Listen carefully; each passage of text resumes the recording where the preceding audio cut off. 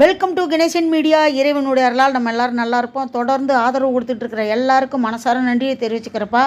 முதல்ல காவல்துறை அதிகாரிகள் அனைவருக்கும் ரொம்ப நன்றியை தெரிவிச்சுக்கிறோன்னு நல்ல ஒத்துழைப்பு கொடுத்தாங்க. 9 நாள் கழித்து தான் நான் போவேன்னு விநாயகர் ஒவ்வொரு இடத்துலையும் உட்காந்துட்ருக்காரு. விநாயகர் பெருமானுக்கு பிடிச்ச நெய்வேத்தியத்தை வச்சு ஒவ்வொரு நாளும் பூஜை அருமையாக நடந்துகிட்டு இருக்கு. இன்றைக்கி அம்மன் வேஷம் போட்டு அருமையான பாட்டுக்கு ஒருத்தவங்க நடனம் ஆடுறாங்க. அப்புறம் கேப்டன் ஐயா ஒய்ஃபு பிரேமலதா அம்மா வந்துகிட்ருக்காங்க. எல்லாத்தையும் பாருங்கள். ஒருத்தர் ஒரு காலில் அருமையாக டான்ஸ் ஆடினார், அதையும் பாருங்கள். இங்கே ஒரு அம்மா பாட்டுக்கு அருமையாக தாளம் போட்டுட்ருக்காங்க. உண்மையிலே எல்லா சூழ்நிலைக்கும் இசை நம்மளுக்கு உதவியாக இருக்கும், அது எல்லாருக்குமே தெரியும். இங்கே பூஜையை முடிச்சுட்டு நான் பிரியாமா ஆஃபீஸ்க்கு போயிட்டேன். அங்கே தான் பிரேமலதா அம்மா வராங்க. இன்னும் நிறைய விஷயங்கள், நிறைய நிகழ்ச்சி நடக்க போகுது. அப்படியே வாங்க பார்ப்போம். உங்களுக்காக இந்த வீடியோவை நான் கொண்டு வந்திருக்கேன். அப்படியே வாங்க பார்ப்போம்.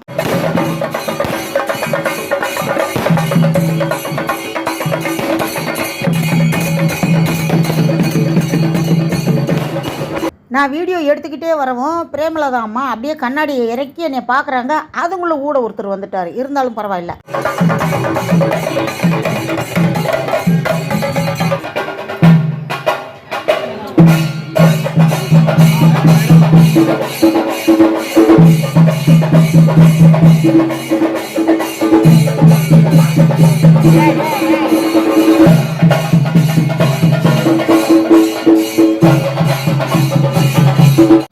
அப்புறம் நிறையா மீடியாக்காரவங்க, பத்திரிகையாளர்கள் நிறைய வந்துட்டாங்க.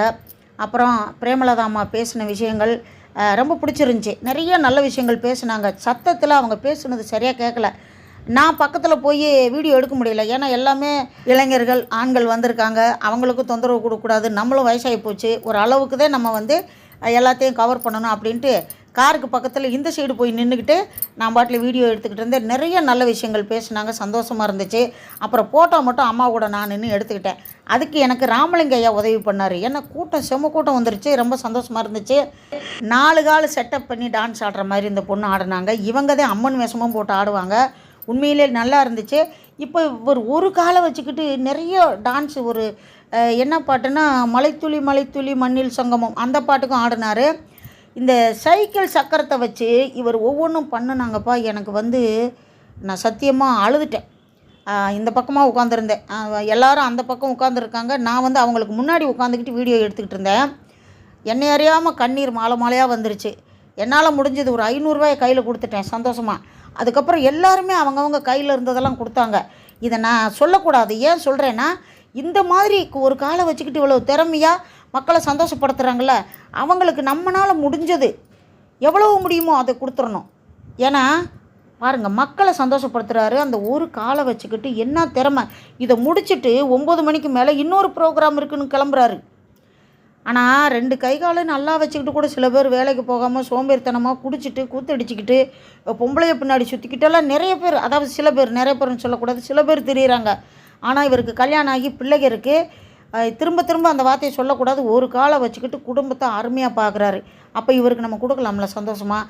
அதனால் நான் ஆரம்பித்து விட்டேன். தவறாக நினச்சிக்காதீங்க. நல்லா இருந்துச்சு. நிறையா நிகழ்ச்சிங்க பாருங்களேன். காலில் ஒரு சக்கரம், கையில் ஒன்று, தலையில் ஒன்று. ஒரு குடும்பத்துக்காக தன்னுடைய நிலையை அறிஞ்சு இதை வச்சு நம்ம என்ன திறமையை காட்டலாம், எப்படி சம்பாதிக்கலாம்னு நேர் வழியில் சம்பாதிக்கிறாங்க பாருங்கள். இவரை நம்ம பாராட்டி ஆகணும்ப்பா. உங்கள் ஊரில் ஏதாவது நிகழ்ச்சி நடந்தால் இப்படிப்பட்ட கலைஞனுக்கு நீங்கள் வாய்ப்பு கொடுங்க. அடுத்து அன்னதானம் போட ஆரம்பிச்சிட்டாங்க நிறைய பேர். அன்னதானம் தான் ரொம்ப முக்கியம். ஏன்னா கோயிலுக்கு வர்றவங்களாம் சாமி கும்பிட்டுட்டு வீட்டுக்கு போய் எப்போ சமைக்கிறது என்னன்னு இருப்பாங்க. அவங்களும் சாப்பிட்டு போயிடுவாங்க. வீட்டில் இருக்கிறவங்களுக்கும் கொஞ்சம் வாங்கிட்டு போய் கொடுத்துருவாங்க. தப்பே கிடையாது. அதாவது பிரசாதம் நிறையா இருந்தால். இப்போ பார்த்தீங்கன்னா இந்த நிகழ்ச்சி எங்கே நடந்துச்சு அப்படின்னா, சென்னை வளசரவாக்கம் கிருஷ்ணா நகர் 5வது தெருவில் தான்ப்பா நடந்தது. இந்த தெருவில் இந்த வருஷம் பிள்ளையார் வச்சு ஆன்மீக நிகழ்ச்சியை நடத்தினவங்க வீரமங்கை வளசப்பிரியாவங்க. ஆனால் இந்த தெருவில் இருக்கிறவங்க எல்லாருமே ஒத்துழைப்பு கொடுத்தாங்க. அவங்களுக்கும் நம்ம ரொம்ப நன்றியை தெரிவிச்சுக்கிறணும். ஏன்னா ஒரு பெண் இவ்வளவு தூரத்துக்கு எடுத்து நடத்துகிறாங்க அப்படின்னா மக்கள் ஒத்துழைப்பு கொடுத்தா மட்டும்தான் நடத்த முடியும். இவங்க ஒவ்வொரு பூக்களுமே அப்படிங்கிற பாடலை அருமையாக பாடினாங்க. அடுத்து பார்த்தீங்கன்னா அம்மன் பாடலுக்கு நடனம் வந்துக்கிட்டே இருக்குது. வாங்க பார்ப்போம்.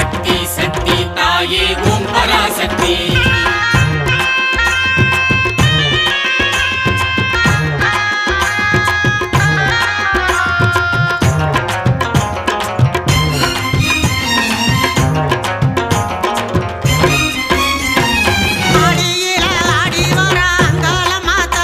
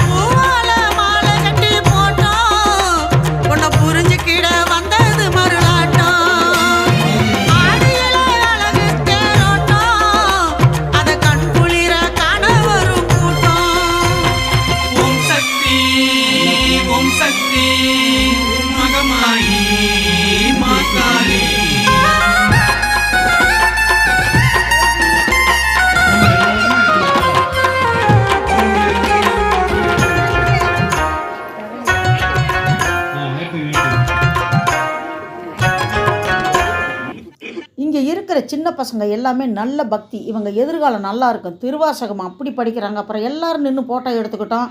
இந்த நிகழ்ச்சியை சிறப்பாக நடத்தி கொடுத்தவர் மிமிக்ரி செந்தில் சார் அவர்கள் தான். அவருக்கு ரொம்ப நன்றியை தெரிவிச்சுக்கிறேன். என் வகத்தில் பிறக்காத மகன்னு சொல்லுவேன் வலசை பிரியாவை. அம்மா வாங்க வாங்க நீ என்னைய கூப்பிடு, எனக்கு பின்னாடி யாரையோ கூப்பிட்றாங்கன்னு நான் போங்க போங்கங்கிறேன். அதில் ஒரு பெரிய காமெடி நடந்துச்சு பாருங்க.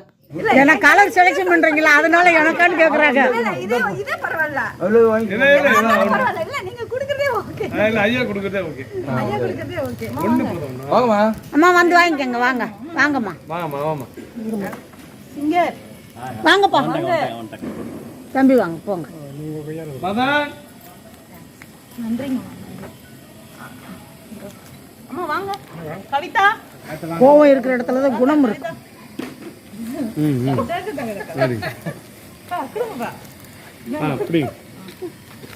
கொடுங்கப்பா, பிடிங்கக்கா. ஒரு மக மறந்தா என்னம்மா, நாங்க இருக்கோம் உங்களுக்கு மகளா அப்படின்னு நீங்க பாருங்களேன். அம்மா இதுதான் லைக் பண்ணுவாங்க. வாங்க நீங்க வாங்க, நீங்க வாங்க. என்னைய வா அக்கா, நல்லா எடுங்கப்பா, என் மூஞ்சி அழகா தான் இருக்குது. எல்லாம் லைட்டு கருப்பா இருந்த போது இல்ல கலர் வந்து கலர் வண்டி வருது. ஐயா கொஞ்சம் எடிட் பண்ணி கலர் மாத்திக்கணும். சும்மா அப்படியே எல்லாரும் கூடயும் ஜாலியா இந்த மாதிரி தான் நான் எப்பயும் பேசுவேன். அவங்க உங்களுக்கு பிடிச்சதை எடுத்துக்கோங்கன்னு சொல்றாங்க. மஞ்சள்ல பிடிச்சாலும் மண்ணுல பிடிச்சாலும் மாவுல பிடிச்சாலும் நான் அடம் பிடிச்சி 9 நாள் கழிச்சு தான் போவேன்னு இப்படி மாவு பிள்ளையார் எப்படி உட்காந்துருக்காரு பாருங்க பிரியா வீட்டில். வீடியோ பிடிச்சிருக்குன்னு நினைக்கிறேன். முழுசாக வீடியோ பார்த்ததுக்கு ரொம்ப நன்றியை தெரிவிச்சுக்கிறப்பா. அடுத்த வீடியோவில் சந்திக்கலாம். அதுவரை பாய்ப்பா.